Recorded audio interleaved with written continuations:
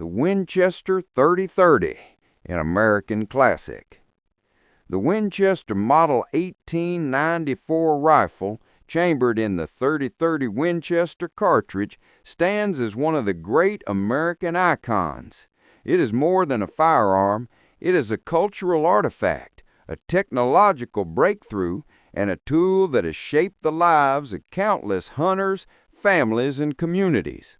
Since its debut in the late 19th century, the Model 1894 has harvested game, defended homesteads, and entered the national imagination as the quintessential deer rifle. The cartridge that changed everything. When the .30 Winchester Center Fire, WCF, debuted in August 1895, it signaled a turning point in firearms history. Alongside its companion, the .25-35 WCF, it was among the first American sporting cartridges designed specifically for smokeless powder. Until then, hunters relied on black powder, with its heavy bullets, thick smoke, and steep trajectories. The .30 WCF changed the game. Its lighter, jacketed bullets flew flatter and farther, making shots at 150 yards and beyond practical for ordinary hunters. The name 30-30, now universal, was not coined by Winchester, but by rival Marlin Firearms in partnership with the Union Metallic Cartridge Company. They marketed it as 30-30 Smokeless, borrowing the familiar black powder naming style. The first 30 for caliber, the second for the 30-grain smokeless charge. This clever branding reassured hunters that the radical new powder was simply the next step in a familiar tradition. The lever-action marriage. The 30-30 was designed for lever-action rifles, particularly the Winchester Model 1894. Because cartridges in a tubular magazine rest nose to primer, the ammunition used round or flat-nosed bullets to prevent accidental detonation. This safety feature limited long-range efficiency, but made the 30-30 ideal for short and mid-range hunting. For generations, it has been celebrated as the ultimate brush gun. Its effective range, 150 to 200 yards, matches the realities of deer hunting in America's forests. A standard 150-grain load produces about 2,400 feet per second of muzzle velocity and nearly 1,900 foot-pounds of energy. While modest compared to modern high-velocity rounds, these numbers are more than enough for deer and black bear at typical hunting distances. The 30-30's mild recoil made it accessible to young hunters and seasoned woodsmen alike, a major reason it is likely accounted for more white-tailed deer kills than any other cartridge in history. Browning's masterpiece, the Model 1894. The cartridge's success is inseparable from its platform. Designed by John Moses Browning, arguably the most prolific firearms inventor in history, the Model 1894 was the first rifle engineered from the ground up for smokeless powder. It combined strength and simplicity, using a vertical locking bar to contain higher pressures while maintaining the fast, smooth operation that made lever actions beloved. The rifle became an instant success. It was the first sporting rifle to surpass 7 million sales and earned a reputation as both reliable tool and cultural symbol. Even special presentation models were given to U.S. presidents, underscoring its national prominence. Loading was straightforward. Cartridges slipped one by one into a spring gate on the receiver's side, feeding into the tubular magazine. The lever served both as trigger guard and operating handle, extracting, cocking, and chambering with one motion. Browning even built in a trigger block safety, ensuring the rifle could not fire unless the lever was fully closed. Myths, rumors, and the pre-64 divide. The rifle's long life has spawned debates and legends. In 1964, Winchester reduced manufacturing costs by switching from forged steel to sintered receivers and by using stamped parts. Though these changes did not reduce function or safety, they diminished the look and feel of the rifle, and pre-64 rifles quickly became prized for their craftsmanship. Another source of confusion was safety. For nearly a century, the Model 1894 relied on the hammer's half-cock notch as its primary safeguard. Worn parts or hard impacts sometimes defeated this system, leading to accidental discharges if the rifle was dropped. In 1992, Winchester added a crossbolt safety, later replaced in 2003 by a tang safety. Changes driven less by engineering needs than by liability concerns. These updates were unpopular with traditionalists, but marked a cultural shift toward factory-built safety features.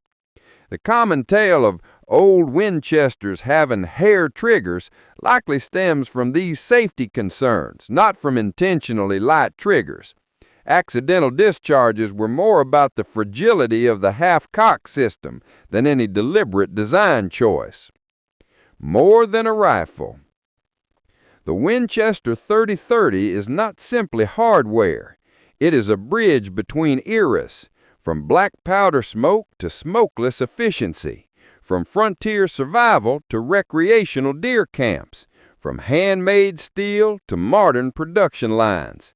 It embodies John Browning's genius, America's love of the outdoors, and the contradictions of a culture that reveres firearms as both tools of sustenance and symbols of identity. For nearly 130 years, it has remained relevant not by chasing velocity or long-range performance, but by doing one job exceptionally well: bringing venison to the table from the thick woods of North America.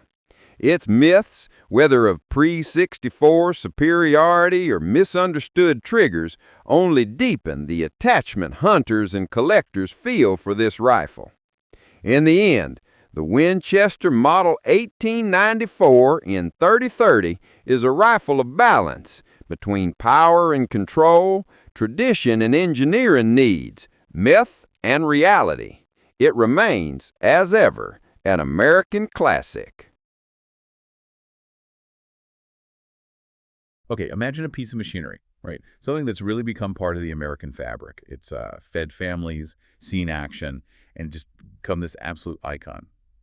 Today we're diving deep into exactly that legend, the Winchester Model 1894 rifle, and its, well, game-changing .3030 cartridge. Yeah, and it's more than just a rifle, isn't it? It's a real cultural touchstone. We're going to explore, the tech behind it, why the design lasted so long, and we'll even try to untangle some of those myths that pop up, give you the full picture of why it matters so much. We've been digging through these historical reports, the technical stuff you sent over. Exactly. That's the mission here.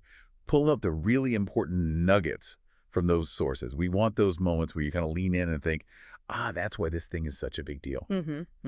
So when you look back at firearms history, there aren't many moments quite like the introduction of the .3030 Winchester cartridge. That was 1895. It wasn't just, another bullet. It was a real technological turning point. It basically kicked off the modern age for sporting ammo. And what made it so revolutionary? Well, the key thing was its design. It was America's first small-bore sporting cartridge built from the ground up for smokeless powder, which was a massive leap, a huge jump from those 19th century black powder rounds. The ones with big clouds of smoke, heavy bullets with those almost rainbow-like trajectories. Right, yeah. I can just picture hunters firing and then, waiting for the smoke to clear to even see if they hit anything. The .30 WCF, which was its original name, it changed all that. It pushed a lighter jacketed bullet way faster than people were used to on a hunting rifle. For the average guy out hunting, that meant a much, much flatter trajectory. Suddenly, judging the range and how high to aim wasn't nearly as critical. Hitting something reliably at 150 yards, maybe even more, that became achievable. It really earned that reputation as a high-speed, flat-shooting marvel. Okay, so everyone knows it as the .3030 Winchester, right? But get this, I was really surprised when I read that Winchester didn't actually come up with that name. What's the story there? That's right, yeah. It's one of those funny bits of history. The name .30A30 actually came from Marlin Firearms. They were one of Winchester's main competitors back then, and they worked with the Union Metallic Cartridge Company, UMC.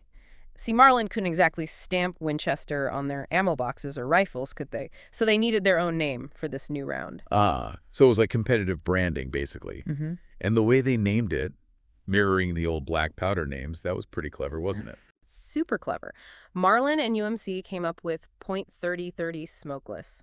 The first 30 was for the .30 caliber bullet, same as Winchester's, but the second 30 was for the standard load 30 grains of this new smokeless powder. It was brilliant marketing, really. It made this radical new technology feel familiar, less scary maybe, to shooters who were used to the old ways. It kind of bridged the gap. And that actually leads us right back to the rifle itself, because you can't really talk about the .3030 cartridge without talking about the rifles it was designed for. Specifically, these tube-fed lever actions, like the Winchester Model 1894, they were developed together hand in glove, and that relationship, well, it dictated a really crucial part of the bullet's design. You mean the actual shape of the bullet, right? Because in that tubular magazine, the cartridges line up nose to primer. And I learned that a sharp, pointy bullet, a Spitzel bullet, could actually hit the primer of the round in front of it under recoil. Boom. Catastrophic. Exactly right.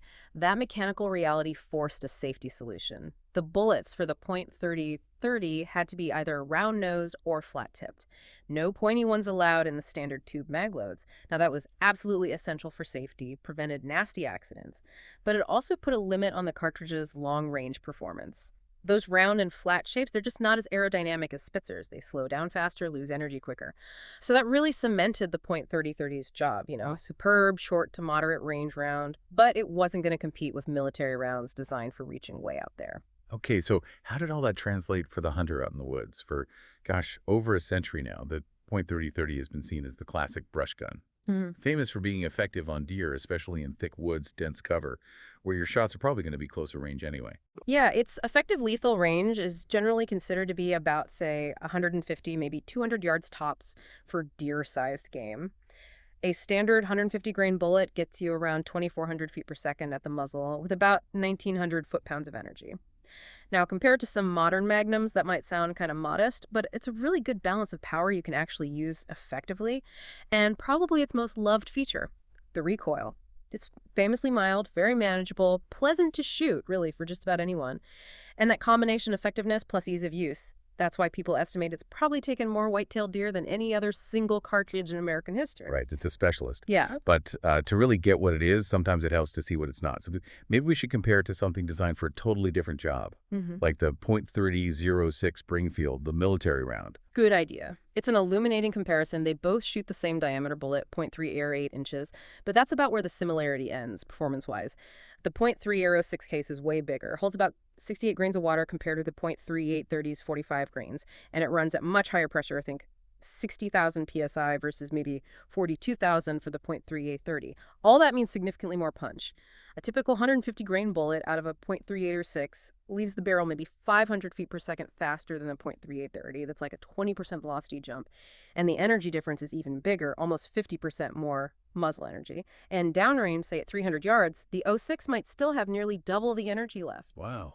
And I bet the trajectory is way flatter, too, with that extra speed and maybe Spitzer bullets. Oh, absolutely. Much flatter. If you zero both at 100 yards, that 150-grain .3006 bullet might drop only about, say, 3.5 inches at 200 yards. The .330, it's dropping maybe more than 7 inches at the same distance. Big difference. But there's always a trade-off, right? Recoil. The .3806 can kick nearly twice as hard as the .330. For some shooters, that's noticeable. Punishing, even. So it really drives home that point. It's not about which one is better. It's about different tools for different jobs. The .3030 was made for the civilian hunter in the woods. Comfort, easy handling, effective at typical woodland ranges. The .3006 came from military requirements. Long-range power, ability to handle bigger game or targets. Form follows function, perfectly illustrated. Exactly. And you can't separate the .3030 cartridge from the rifle it grew up with, the Winchester Model 1894. That rifle wasn't just a holder for the ammo, it was this incredibly well-engineered platform. And putting the two together, the rifle and the cartridge, that created a genuine paradigm shift for hunters and sportsmen. And designed by the master himself, John Moses Browning. Probably the most influential gun designer ever, wouldn't you say? This was his third lever action for Winchester, built stronger for that new smokeless powder, but actually lighter and handier than the older models. And its success was just mind-blowing. First sporting rifle ever to sell over 7 million units. That alone tells you how right they got the design and how much America loved it. Oh, it absolutely became part of American life. Think about this. They presented special models to 3 U.S. presidents. The millionth rifle went to Calvin Coolidge in 27, number 1.5 million to Harry Truman in 48, and the 2 millionth rifle to Dwight Eisenhower in 53. It was what you might call a systems innovation. The new powder and the new rifle platform together made this complete package that it made the older black powder guns feel obsolete almost overnight. It's interesting, though, that when it first came out, late 1894, it was actually chambered for the old black powder rounds, like the .3855. But then, by 1895, Winchester started using stronger nickel steel for the barrels and receivers. That stronger metal could handle the higher pressures of smokeless. And that's when they could introduce the rifle chambered for the new .3 WCF, the .3030. And bam, an American legend was truly born. You know, part of the magic, the reason it lasted so long is its elegant simplicity. It's such a clever mechanism. Maybe we should just walk through how that iconic lever action actually works when you're using it. Sure. So loading starts at that little spring-loaded door on the right side of the receiver, the loading gate. You push the cartridges in, base first, one by one. They go into that tube magazine that runs under the barrel.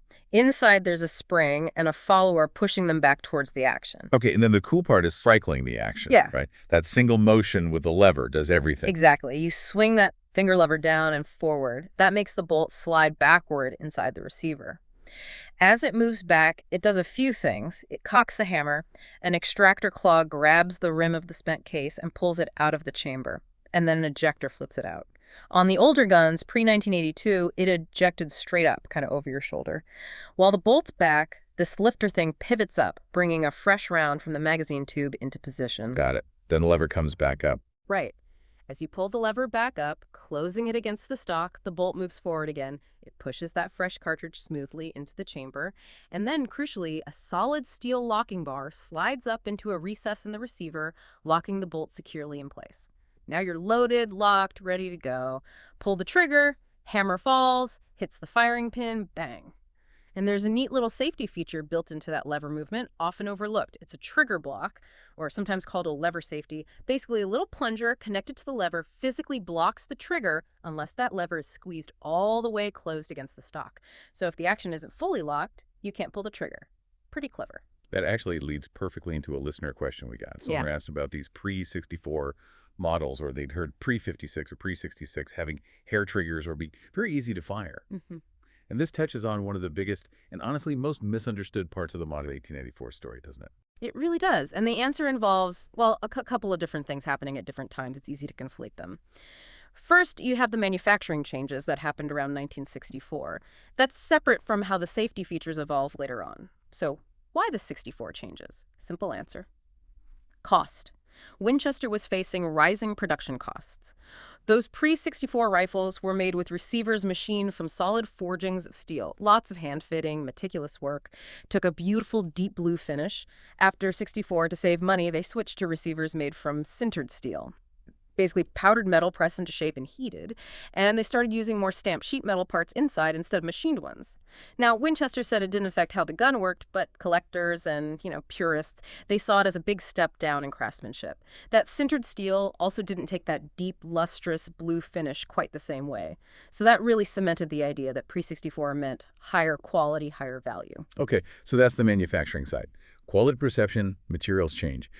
But what about the easy-to-fire part of the question, the hair trigger idea? Right. That's where the safety mechanism evolution comes in, and it's a different timeline. See, separate from those 64 production changes, the traditional safety on the Model 94 from the very beginning in 1894 all the way up until 1992 was just a half-cocked notch on the hammer. You'd pull the hammer back partway to this notch. The idea was to keep the hammer off the firing pin, preventing it from firing if dropped or bumped. But the thing is, that half-cock notch system, it was actually kind of fragile. A really sharp blow, like dropping the rifle hard on its buttstock, could potentially break the notch itself, or the sear, the little part holding the hammer. If that happened with a round in the chamber, bang, accidental discharge. It wasn't designed to fail, obviously, but it could fail under impact. All in, Winchester's parent company even put out safety warnings about relying solely on the half-cock notch. Ah, okay. So the concern wasn't that Winchester deliberately made triggers lighter back then, but that this specific safety mechanism had a known vulnerability. Exactly. That phrase, go off very easy, almost certainly comes from that known weakness of the half-cock safety. A pre-1992 rifle could potentially go off very easy if it was dropped just right, with a round chambered and on half-cock. It was about a potential mechanical failure under impact, not about the trigger pull weight itself.